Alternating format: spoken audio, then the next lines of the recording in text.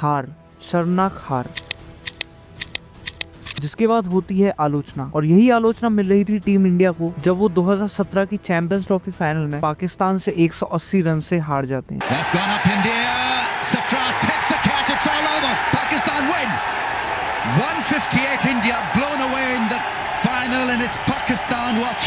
ये हार इतनी ज्यादा शर्मनाक थी कि लोग अपने घरों से बाहर आकर प्रोटेस्ट तक करने लग गए थे और पूरे इंडिया में सिर्फ और सिर्फ इंडियन प्लेयर्स को गालियां दी जा रही थी, क्योंकि टीम इंडिया अपने उस टूर्नामेंट में एक बहुत अच्छी परफॉर्मेंस दिखाते हुए फाइनल में पहुंची थी और उसके बाद इतनी बुरी तरीके से 180 रन से हार जाना, ये इंडियन क्रिकेट फैंस को कुछ भाया नहीं। कई लोग उस हार का जिम्मेदार बुमराह को ठहराते हैं, तो कई लोग उस मैच में चीटिंग होने का दावा करते हैं, और इसी सब के चलते आज हम लोग जानेंगे who was the main villain of 2017 champions trophy final.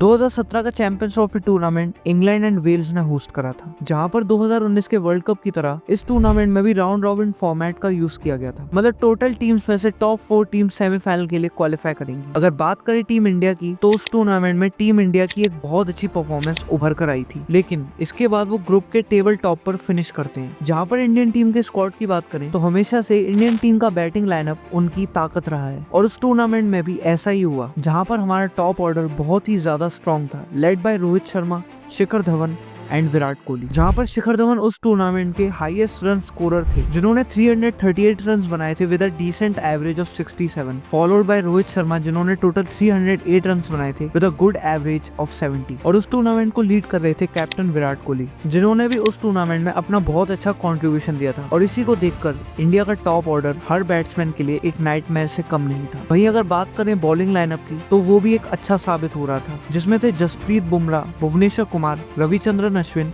और उमेश यादव। लेकिन अगर रिसेंट वर्ल्ड कप्स और टूर्नामेंट्स को हटा के देखें, तो टीम इंडिया की सबसे बड़ी प्रॉब्लम हमेशा से ही उनका मिडिल ऑर्डर रही थी, और उस टूर्नामेंट में भी टीम का मिडिल ऑर्डर कुछ खास नहीं था। हाँ, युवराज सिंह जरूर थे, लेकिन उस टूर्नामेंट में भी वो अपनी बैटिंग से कुछ खास परफॉर्म नहीं कर पाए। और अगर देखा जाए तो जितने भी मैचेस इंडिया ने खेले, उनमें ज्यादातर रन टॉप ऑर्डर ने ही बनाए थे। और इसी सब के साथ टीम इंडिया का पहला मैच पाकिस्तान के साथ बर्मिंघम में था, जहाँ पर टीम इंडिया पहले बैटिंग करते हुए 319 रन का एक बहुत अच्छा स्कोर खड़ा कर देती है, लेकिन बारिश के कारण वो मैच डीएलएस तक जाता है, जहां पर पाकिस्तान को 41 ओवर्स में 289 का टारगेट था, लेकिन पूरी पाकिस्तान की टीम 164 के एक बहुत ही कम स्कोर पर ऑल आउट हो जाती है, और इंडिया वो मैच इनविंसिबली 124 रन से जीत जाती है, जो कि इंडिया के लिए उस टूर्नामेंट में एक बहुत अच्छी स्टार्ट साबित हुई थी। अगर बात करें उस मैच के की पॉइंट्स की, तो बैटिंग में रोहित शर्मा 91, विराट कोहली 81 और शिखर धवन 68 की एक बहुत ही अच्छी पारी खेलते हुए इंडिया को एक अच्छे स्कोर तक लीड करते हैं। वहीं बॉलिंग में उमेश यादव, जिन्होंने उस मैच में 3 विकेट्स ली थी, और हार्दिक पांड्या और जडेजा ने 2 विकेट्स ली थी। और उसके बाद ओवरऑल देखा जाए तो टीम इंडिया का ग्रुप स्टेज बेहतर साबित हुआ था, जहां पर वो सिर्फ एक मैच जो कि श्रीलंका के खिलाफ था उसी में हारे थे, वो भी एक कम मार्जिन से। और ग्रुप स्टेज के खत्म होते होते 4 टीम सेमीफाइनल के लिए क्वालिफाई कर जाती है, जहां ग्रुप ए में इंग्लैंड और बांग्लादेश, वहीं ग्रुप बी में इंडिया और पाकिस्तान थी, जिसमें भी India top of the table पर फिनिश करती है। अगर अभी तक के मैचेस में टीम इंडिया की जीतने की सबसे बड़ी वजह देखी जाए, तो उसमें टीम के टॉप ऑर्डर का बहुत बड़ा कॉन्ट्रीब्यूशन था, फिर चाहे वो टारगेट को चेस करना हो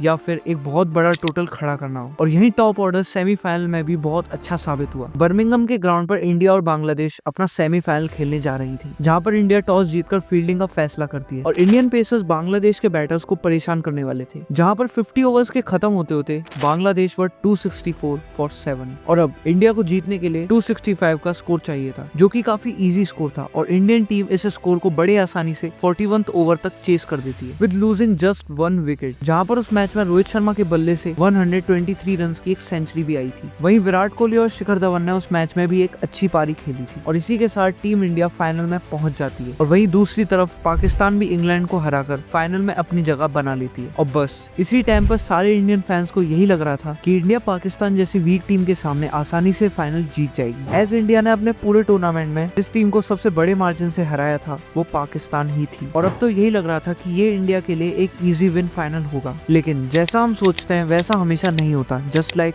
19 नवंबर। और इसी सब के साथ इंडियन टीम अपना फाइनल खेलने के लिए ओवल के मैदान में उतरती है। टॉस जीतकर इंडिया पिछले मैच की तरह इस बार भी फील्डिंग का फैसला करती है, जहां पर पाकिस्तान की तरफ से ओपनिंग कर रहे थे फखर जमान और अजहर अली, और इंडियन बॉलर्स शुरुआती ओवर्स में ही अपने स्पेल के चलते विकेट्स निकालने की कोशिश कर रहे थे। और इंडिया को अपना पहला ब्रेक थ्रू मिला 3rd ओवर की फर्स्ट बॉल में, जहां पर जसप्रीत बुमराह फखर जमान को एक बॉल डालते हैं, और इसे खेलने के ट्राई में फखर जमान स्टंप के पीछे खड़े MS धोनी के ग्लव्स में कॉर्ट बिहाइंड हो जाते हैं और यहाँ इंडिया को लगा कि उन्हें एक अच्छी स्टार्ट मिल चुकी है। एक तरफ इंडियन प्लेयर्स सेलिब्रेट कर रहे थे, वहीं दूसरी तरफ फखर जमान डिसअपॉइंट होकर वापस पवेलियन की तरफ लौट रहे थे। लेकिन यहाँ पर एक कंफ्यूजन हुआ था। जहाँ पर उस बॉल को दोबारा रिप्ले पर देखा गया तो पता चला कि बॉल डालते वक्त जसप्रीत बुमराह का फ्रंट फुट बॉलिंग लाइन को पार कर चुका था,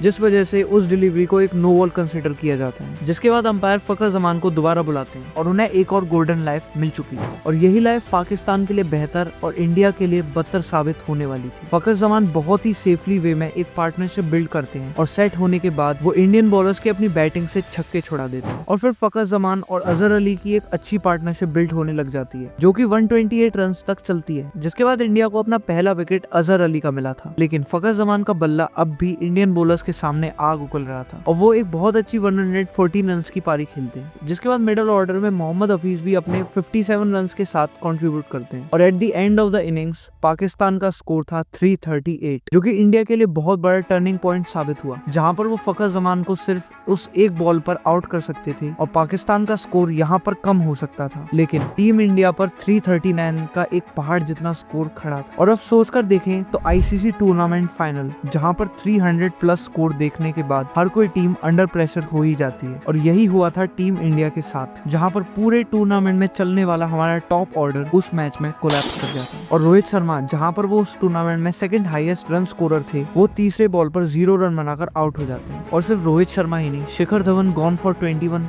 विराट कोहली फॉर 5 और युवराज सिंह और MS धोनी भी कुछ खास कंट्रीब्यूट नहीं कर पाए थे। टीम के टॉप ऑर्डर के 5 बैट्समैन मिलाकर सिर्फ 52 रन बना पाते हैं और टीम इंडिया के लिए चीजें बद से बदतर हो जाती हैं। हार्दिक पांड्या, जिन्होंने उस मैच में इंडिया का कमबैक कराने की कोशिश भी करी थी, लेकिन वो भी 76 रन बनाकर आउट हो जाते हैं और पूरी टीम 158 के बहुत ही हॉरिबल स्कोर पर आउट हो जाती है और पाकिस्तान वो फाइनल 180 रन से जीतकर ट्रॉफी अपने नाम कर लेती है। ये हार टीम इंडिया के लिए काफी शर्मनाक थी और कई लोग टीम इंडिया को काफी क्रिटिसाइज कर रहे थे, स्पेसिफिकली बुमराह को, एज उन्हीं की no ball on a wicket के चलते फखर जमान को एक और चांस मिला था। जहां पर इस टूर्नामेंट से पहले पाकिस्तान के क्वालिफिकेशंस के भी बहुत कम चांसेस लग रहे थे और उनकी आईसीसी रैंकिंग नंबर 9 थी। अब वही टीम सबकी फेवरेट इंडिया को हराकर वर्ल्ड चैंपियन बन चुकी थी। जहां पाकिस्तान में तो इस जीत का जश्न मनाया जा रहा था, वहीं इंडिया में लोग टीम को काफी हेट दे रहे थे, लाइक उनके पुतले जलाना और अपने टीवी फोड़ना। और कई लोग बुमराह को हेट देते हुए उन पर बहुत सारे हेट कमेंट्स पास कर रहे थे। वेल, अगर हम लोग देखें तो टीम इंडिया कुछ रीजंस की वजह से ही ये मैच हारी थी। Number 1 was collapse of the top order. Team India के शुरुआत के 3 प्लेयर्स मिलाकर सिर्फ 26 रन बना पाए थे और अगर बाकी मैचेस की बात करें तो इन प्लेयर्स ने हर मैच में बहुत अच्छा परफॉर्म करा था। रोहित शर्मा, शिखर धवन, विराट कोहली, जो इस टूर्नामेंट के हाईएस्ट रन स्कोरर थे, फाइनल में आकर चोक कर गए थे। Number 2 was the failure of the middle order. India हमेशा से ही नॉकआउट मैचेस में अपने टॉप ऑर्डर के फेलियर के लिए जानी जाती है, लेकिन जब टॉप बैट्समैन फेल हो जाते हैं तो टीम के रन बनाने की जिम्मेदारी मिडिल ऑर्डर पर पहुंच जाती है। लेकिन उस मैच में हमारा मिडिल ऑर्डर भी चोक करने की वजह से फेल हो गया। युवराज सिंह, केदार जाधव, महेंद्र सिंह धोनी, ये भी उस मैच में कुछ खास परफॉर्म नहीं कर पाए थे। The third and the main reason was Jasprit Bumrah no ball delivery. अब जरा सोच कर देखो, अगर फखर जमान उस बॉल पर आउट हो जाते तो शायद टीम इंडिया पाकिस्तान पर दबाव बना सकती थी, जिसके चलते उन्हें और भी अर्ली विकेट्स मिल सकते थे और शायद स्कोर भी कम हो सकता था। और क्या पता 2017 की तरह इंडिया वो चैंपियंस ट्रॉफी दोबारा जीत जाती। Well, that's it for the today's video. Hope आपको मेरी ये डॉक्यूमेंट्री पसंद आई हो। अगर बीसीसीआई की आईसीसी पर डोमिनेशन की वीडियो देखना चाहते हो तो इस पर क्लिक करो। अगर रोहित शर्मा की कैप्टनसी के ऊपर वीडियो देखनी है तो इस पर क्लिक करो। ऑल्सो लेट मी नो अगली वीडियो आपको किस टॉपिक पर चाहिए। Thanks for watching. जय हिंद।